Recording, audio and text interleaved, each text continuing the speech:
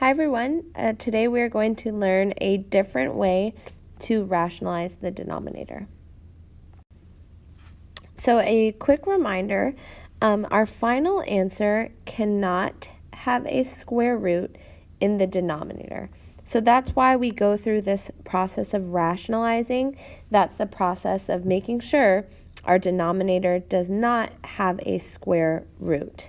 So today we're going to be learning a slightly different method, and that method is going to use what's called the conjugate. So a conjugate is really easy to find.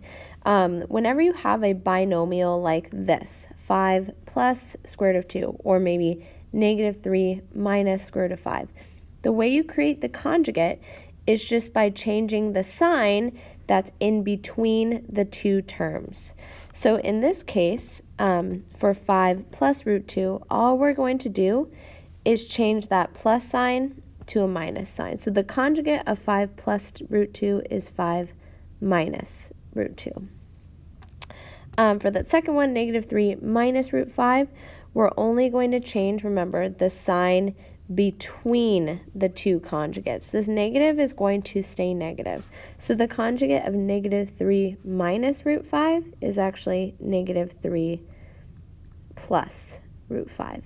So again, all you do to find the conjugate is you change the sign that's in the middle. We never change the sign out front. Okay, so here we're going to practice multiplying a binomial by its conjugate. So here we have 2 minus square root of 7. So the conjugate of that is going to be 2 plus square root of 7. So we're going to multiply this out using FOIL, and then I'm going to show you guys a little shortcut that we can use whenever we multiply by the conjugate. So remember with FOIL, we do the first terms multiplied. So 2 times 2 is 4. And then we do the first times the second. So 2 times root 7 is just 2 root 7. And then we do the inside terms. We have negative root 7 times 2, which gives us negative 2 root 7. And then we do our last terms. It's going to be negative. And then remember, square root of 7 times square root of 7 is square root of 49. And from here, we're just going to simplify. So one thing you might notice right off the bat is that these two terms are opposites, so they are going to cancel out. So all we have left is 4 minus the square root of 49, which is 7, and that leaves us with negative 3. So the shortcut I'm about to show you works because when you multiply by the conjugate, these two middle terms are always going to be opposites, so they're always going to cancel out. So the short version of this, which I'd like you guys to use today, whenever you multiply by the conjugate, the answer is just going to be your first term squared minus your second term squared. It's actually a difference of 2 squares problem going backwards. So again, it's our first term squared minus our second term squared.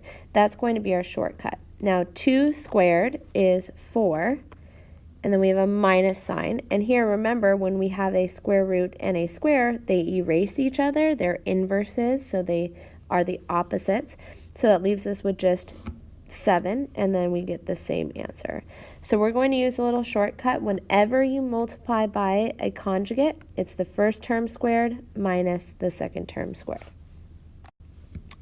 All right, go ahead and pause the video and see if you can give this one a try. Multiply 1 plus square root of 5 by its conjugate. Okay, go ahead and check your work. Remember, I'm using the shortcut, which is 1 times 1. So 1 squared, which is 1, minus square root of 5 squared, which is just 5. 1 minus 5 is negative 4. Okay, so now we're going to talk about why we've been practicing multiplying by the conjugate. So when you have a denominator that is a binomial like this, 5 minus square root of 3, we can't use the method that we learned yesterday because we can't just multiply by square root of 3 due to this minus sign in between. So when you have a more complex denominator like this, the way you rationalize it is by multiplying the numerator and denominator by the conjugate. So in this case, the step we would take to rationalize here is multiplying the numerator and denominator by 5 plus square root of 3, which is the conjugate of 5 minus square root of 3.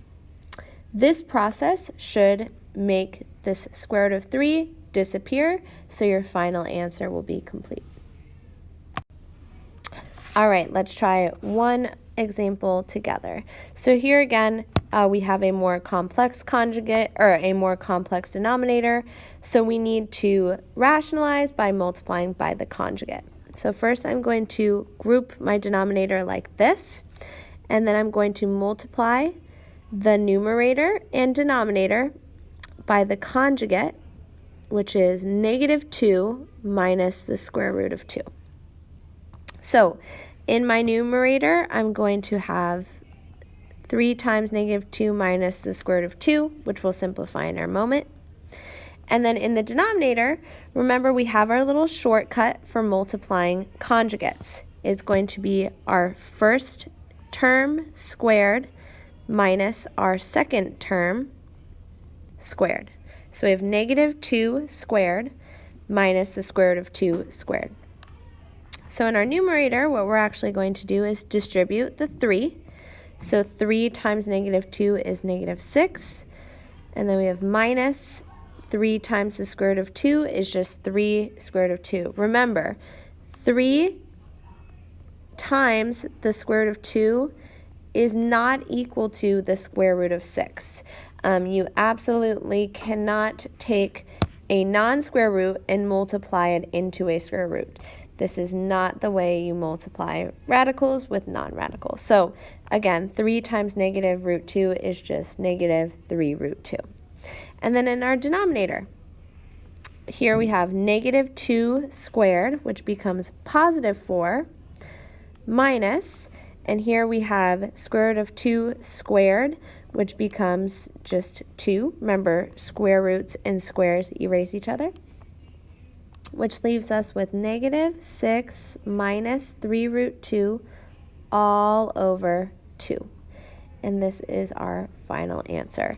You do want to make sure that you can't divide both of these numbers by 2.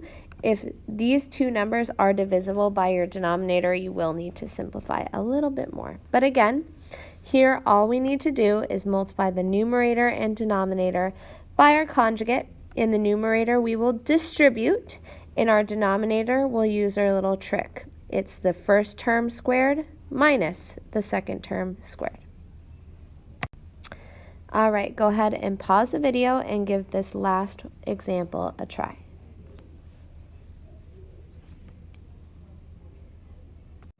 Okay, let's check our answers.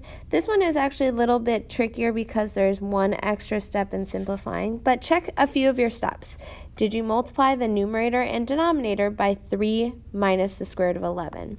So in our numerator, we get 4 times 3, which is 12, and 4 times negative root 11, which is negative 4 root 11. In our denominator, we'll use our trick for multiplying conjugates. First term squared minus the second term squared. So 3 squared is 9, and the square root and the square cancel out, leaving us with just 11. And that gives us negative 2 in our denominator. Now here's a case like I mentioned before. 12 and negative 4 are divisible by negative 2, so we'd need to do one more step. 12 divided by negative 2 is negative 6. Negative 4 divided by negative 2 is positive 2. All right, that is all for today's lesson. Thank you for watching.